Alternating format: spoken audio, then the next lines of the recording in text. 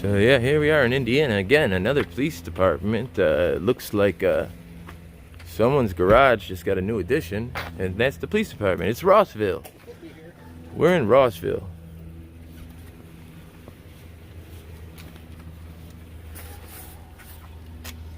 Emergency response only. Recommended by the CDC. Oh, someone's I coming. hear somebody coming. We gotta turn off the car. Can I help you guys? How you guys doing? Good.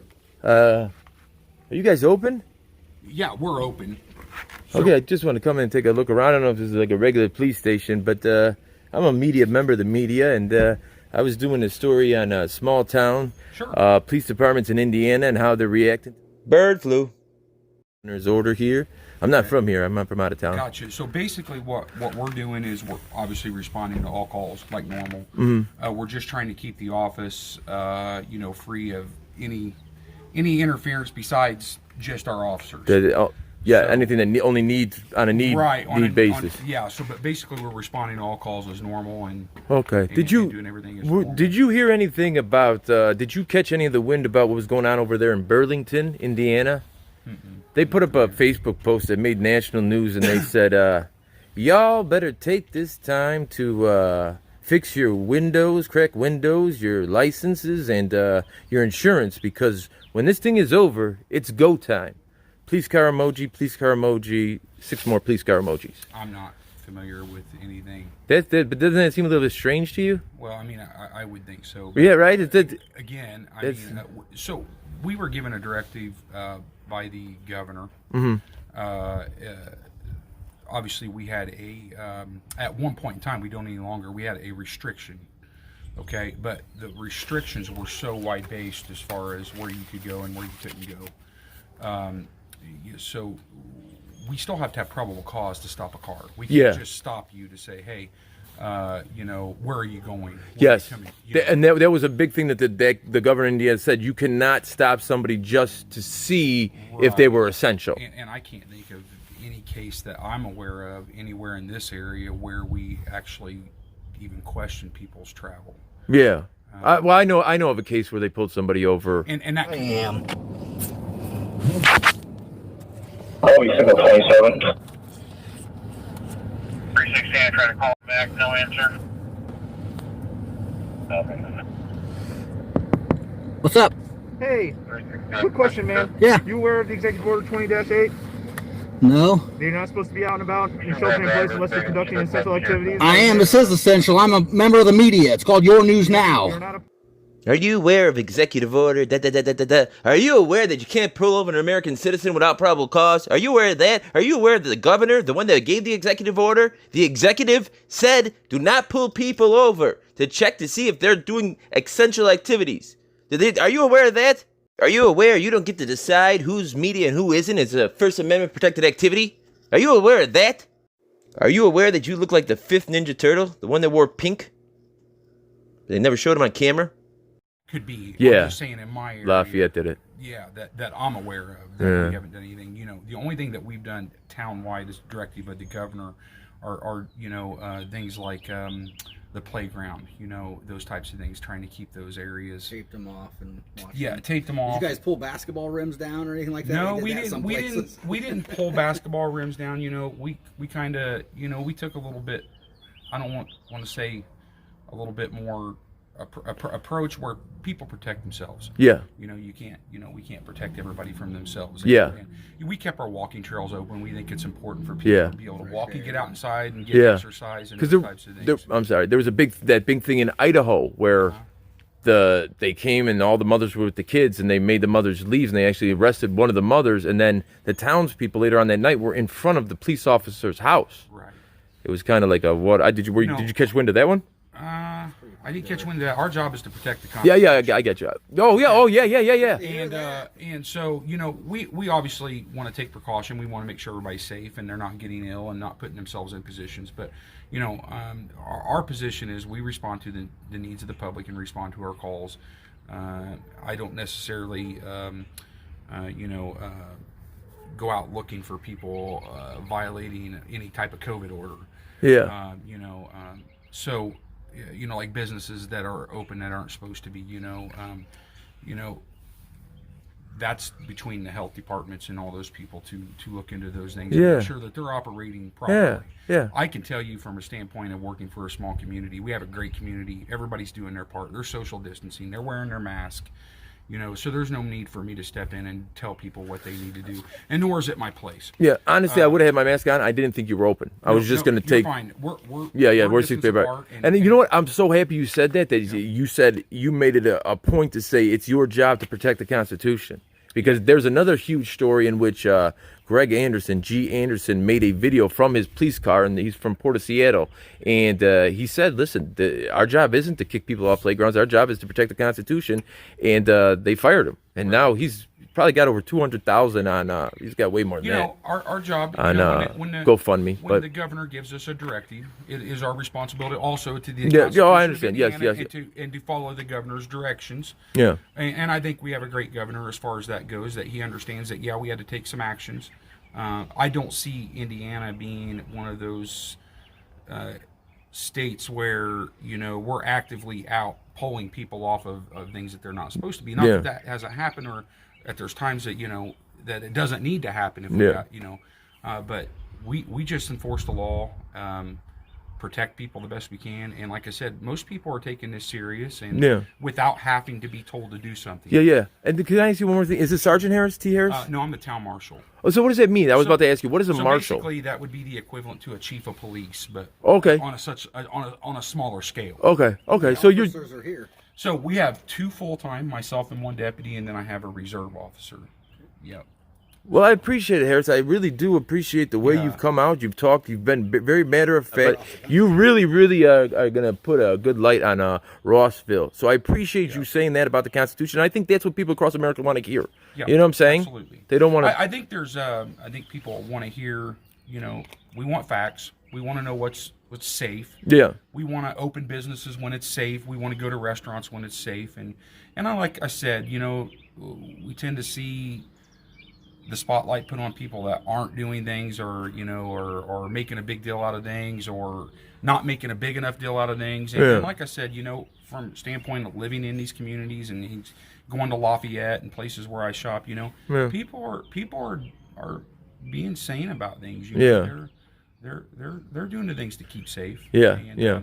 And that's what we want to see from our public, because ultimately it's your own responsibility for your safety. It's I can't protect everybody from themselves. And it is a tricky situation, right? This is places we've never been But like I said, you know, the governor, you know, he put some things in place, travel restrictions at one point in time, you know, with the directive that we just don't stop people. We still have to have probable cause. You have to be speeding, or you have to be doing something like that, and if you're on your way to a place of essential business, then it's legal to be out, right? Yeah. So in Illinois, the executive order is still, you have to wear a mask in public.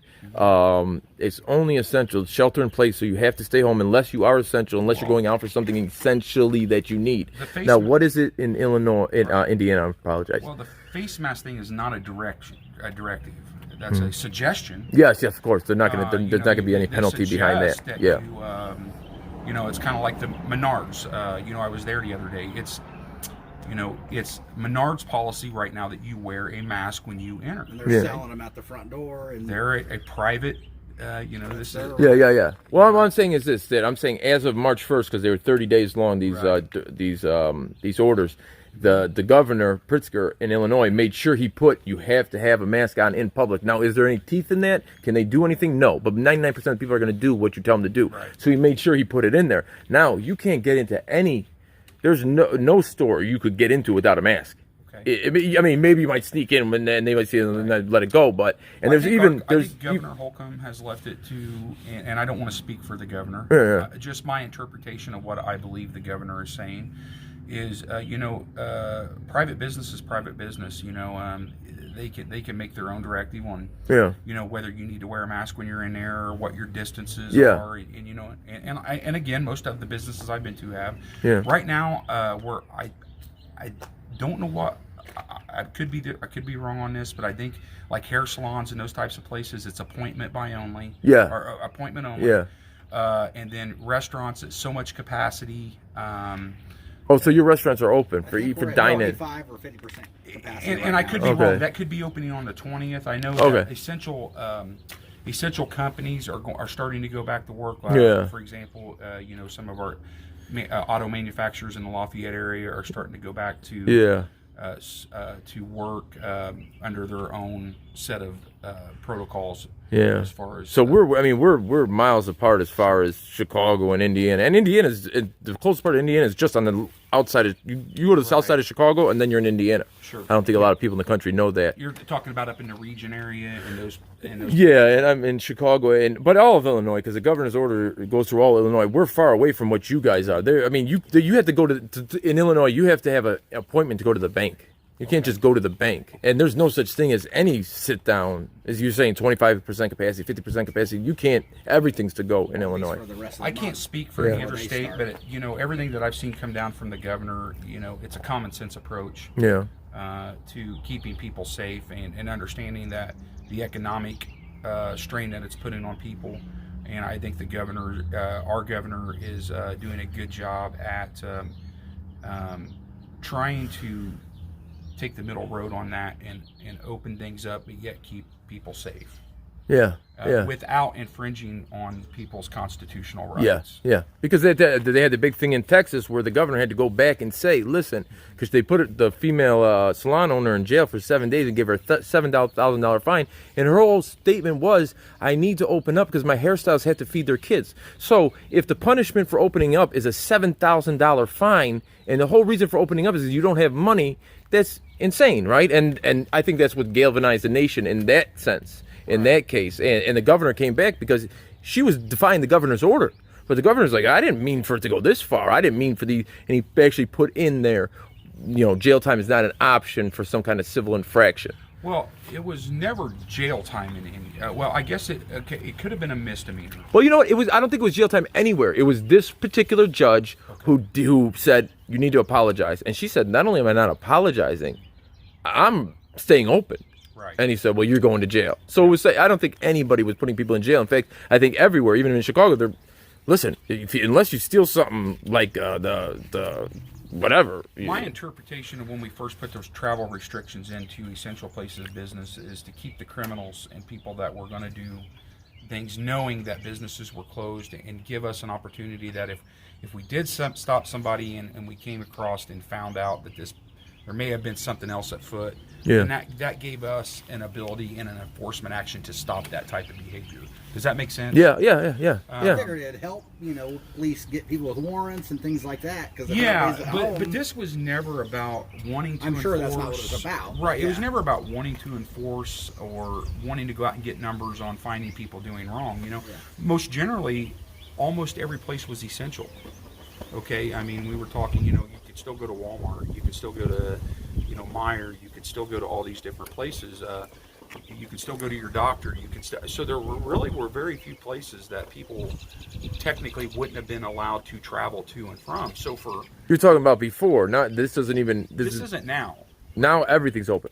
Now the restrictions have been lifted as far as travel goes. So you can get your hair cut. The barbers are open. You can, and I think it's by an appointment. Okay. And I could be wrong on the date. That could be opening up on the 20th. Yeah. But I think it is. It's on its way. Yeah. Right. Yeah. And again, we haven't made that big of an issue with it because, like I said, all of our businesses in town are complying with opening up how they're supposed to. Yeah. Curbside service, those types of things for our food places. So, I mean, people.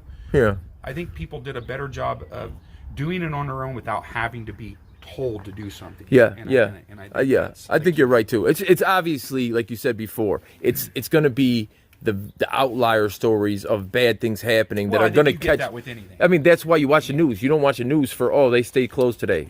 This place stayed closed today. Who's going to watch that? Wants to push whatever agenda they're pushing. Yeah. Well, I'm always listen. Yeah, if it was up to me, I would show good cops as much as I would show bad cops. But nobody watches the good cop videos. I'm going to post yours because it's involved in a storyline. Well, I can assure you there's more good than bad. Yeah. And there's more of us that understand the Constitution and what that means for our people. Yeah. that's the bottom line. And Yeah. I'm not saying that there's not ever been a case, or obviously. You're talking about Indiana. You're talking about Rossville I'm specifically. talking about statewide, United States wide. I'm saying there are places that are, I'm not saying there's not situations where, but the majority of us understand the Constitution. Yeah, I don't. In my opinion. Yeah, I think it's a systemic problem. I think the way the system is built. I don't think you should be able to have. I don't think you should be able to have unions in civil service jobs, right? Because We don't have unions. Oh yeah, I'm not talking about. Yeah, of course you have 3, 4, 5 people. No Indiana agencies have unions. As far as I know, there are no police agencies in the state of Indiana that are union. Right? I think it's a systemic problem. I don't think police officers are bad. I don't think they put on them. I think it's just the way it is. I mean, power corrupts, and it's a systemic problem. Honestly, that's how I feel. Yeah, and I think you can find that in anything. Yeah. Oh yeah. Yeah. And the more power you get, the more. But yeah, I mean, I wish you guys luck, and I hope you guys, find the good too. No, yeah, we do. I put absolutely. You're gonna be on. You're gonna be on there. It's disorderly product. Don't news. make me too famous. That's not. I can't. I put you up there. I can't control how many people watch. Right. But I think. Surprised. Just speaking on behalf of Indiana again, I think that we're trying to do it the right way. Yeah. And make sure people still have rights and liberties and everything that we are out here protecting, and yet keeping them safe. The virus is real. Yeah. And we want to make sure that we keep people safe and do the best we can. And do they give you the numbers? Is there somebody that gives I get the Marshall numbers the Harris? same way you get the numbers. Oh, so there is no special person I visit. I go every day. This is personal on a personal level. I go every day and I check the numbers on Indiana's website. Okay. And and see how many cases were in Clinton County. See how many cases are. I'm just not here. sure what numbers to believe. Sure. It's like. And I so many think different ones, and it's everybody's like- kind of in that boat. What is and what isn't. But So there is no government agency that gives every jurisdiction, police jurisdiction, any jurisdiction. Okay, these are the official numbers. So we have a health today. department just like everybody else that I can call. I'm not saying they're not going to give me those numbers. I could call just like anybody else. But you have the access the same as I do. There's no special access because you're the town marshal. No. Okay. Not that I'm aware of. Yeah. Like I said, I might be able to get some numbers if I call our health department. Yeah. I just don't know that it's necessary. Yeah. I treat everybody like they have it. Yeah. That's what we're kind of. That's the part of me Smart doing thing to my do. part. Yeah. Right, without having to be told to. Yeah. And I just assume everybody has it and treat them that way, and they assume that I have it. Yeah. And that's how we'll get through this. Yeah. By voluntary compliance. I always said through this job, voluntary compliance is such a better way of going about things than telling somebody they have to do Yeah. something. Yeah.